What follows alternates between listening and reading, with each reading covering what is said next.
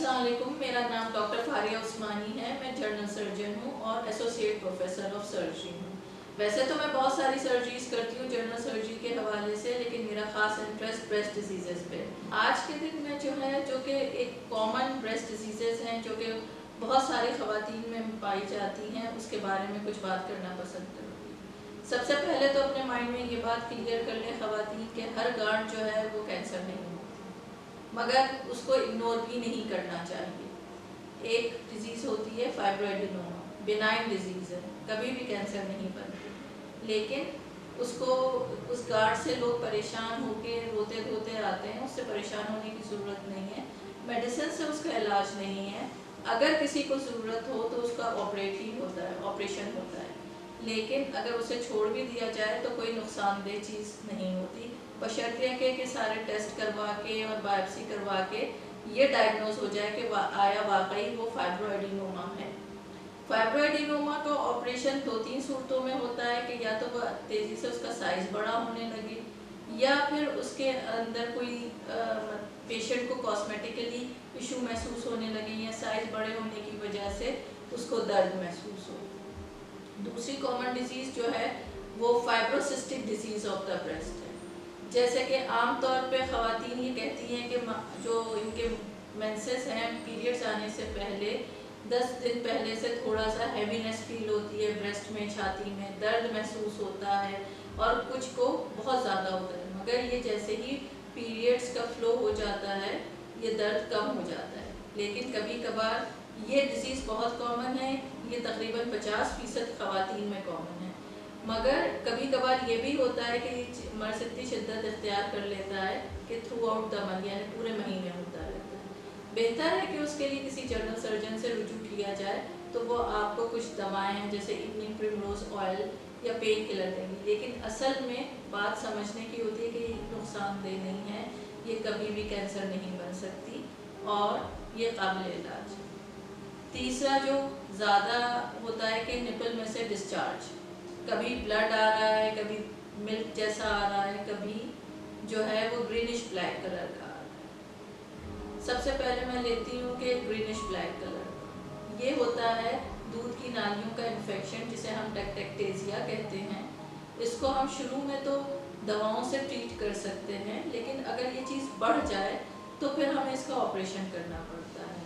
دوسری چیز میں نے کہا کہ دودھ جیسا ڈسچارج آتا ہے، اس کی بھی کئی وجوہات ہیں. ایک تو لیکٹیٹنگ مدرس میں ہوتا ہے یعنی جو خواتین دودھ پلاتی ہیں. دوسرا ان میں ہوتا ہے جن میں گلیکٹوسیل ہوتے ہیں، اس کی پھر اپنے وجوہات دیکھنی پڑتی ہیں کہ آیا کہ وہ صرف چھاتی کی ہی یا ہارمونل امبیلنسز کی وجہ سے ہے، یا اس کا کنیکشن ہارمونل امبیلنسز تو ہیں مگر دماغ سے بھی ہے. تیسرا ڈسچارج ہوتا ہے نپل ڈسچارج، ریڈ کلر کا بلڈ ڈسچارج. بلڈ ڈسچارج جو ہے وہ بیسیکلی 2-3 کنڈیشنز میں ہوتا ہے کہ بینائن میں بھی ہوتا ہے یعنی بیزل کٹ لگ گیا اس کی وجہ سے ہو گیا، پیپیلوما ہے اس وجہ سے ہو گیا. لیکن ایک ڈینجرس صورت بھی ہے یعنی کینسر کی کنڈیشن میں ہوتا ہے.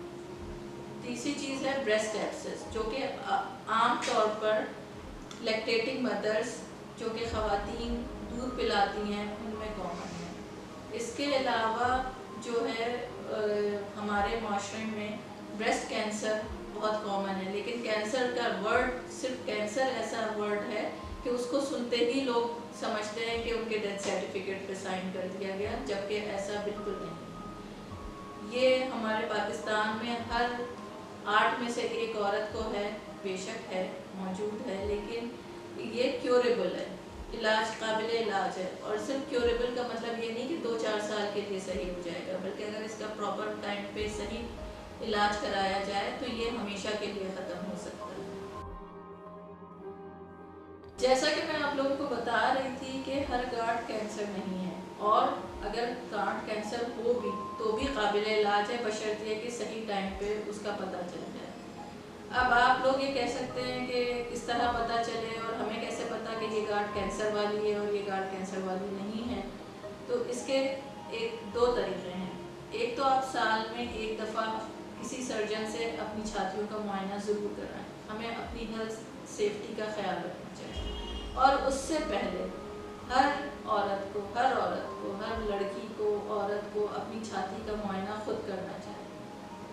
کیسے معائنہ کریں گی اور کس وقت کریں گی؟ بیسٹ ٹائم ہوتا ہے کہ جب وہ ان کی ماہواری ختم ہوتی ہے تو اس کے بعد جب وہ پہلا شاور لیتی ہیں، نہاتی ہیں، تو اسی میں وہ اپنا ایگزامینیشن خود کریں، کسی دوسرے سے بھی کروانے کی ضرورت نہیں ہے. سرکولر موومنٹ میں یا کلاک وائز یا اینٹی کلاک وائز اس کو جو ہے وہ چیک کریں اپنے ہاتھ سے، اور بغلوں کو بھی ضرور کریں. اگر انہیں کوئی گانٹھ یا کوئی چیز محسوس ہوتی ہے تو یا نپل کو دبا کے دیکھیں اس میں سے کوئی ڈسچارج ہے تو اسے اگنور نہ کریں کہ ایسا تو ہوتا ہے، یا شرم کے بارے میں بتانا نہ پسند کریں، بلکہ فوری طور پہ کسی قریبی سرجن سے رجوع ضرور کریں تاکہ وہ دیکھیں. دوسری بات میں یہ کلیئر کر دوں کہ 35 سال کی عمر سے پہلے الٹرا ساؤنڈ بہتر ہوتا ہے چھاتیوں کے، اور 35 سال کی عمر کے بعد میموگرام. ہمارے یہاں میں نے اکثر کلینک میں یہ دیکھا ہے کہ 16 سال کی 20 سال کی لڑکیاں بھی میموگرام کرائے چلی جائیں، جو کہ غلط ہے، اس کا کوئی فائدہ نہیں.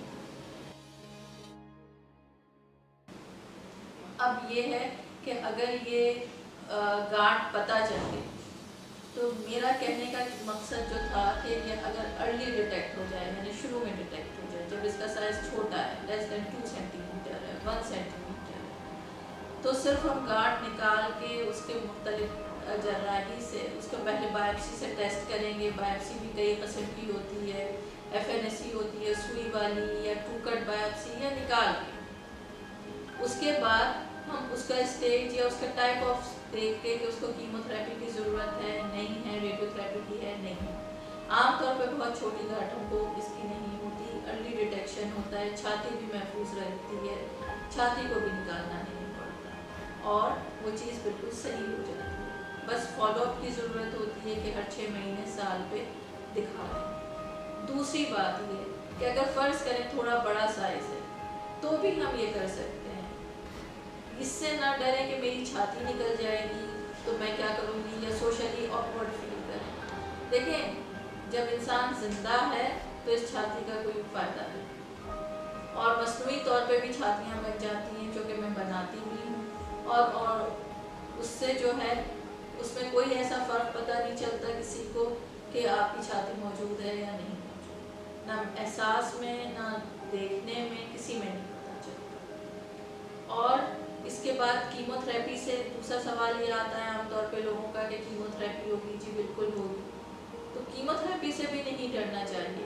بال جھڑ جاتے ہیں، بالکل جھڑتے ہیں، لیکن وہ دوبارہ واپس آ جاتے ہیں. اور اس کے علاوہ ناخون نیلے ہوتے ہیں، سب کچھ باتیں بالکل صحیح ہیں، لیکن اس کا یہ چیزیں صحیح بھی ہو جاتی ہیں، بہتر ہو جاتی ہیں. اور اگر آیا ان میں سے کوئی 1-2% میں نہ بھی صحیح ہو سکے تو اس کا کوئی نقصان نہیں ہے. آپ زندہ ہیں تو اس کے بہت سارے طریقہ کار ہیں، بہت ساری کاسمیٹک سرجریز ہیں یا پروسیجرز ہیں جن سے ان چیزوں کو بہتر بنایا جاتا ہے.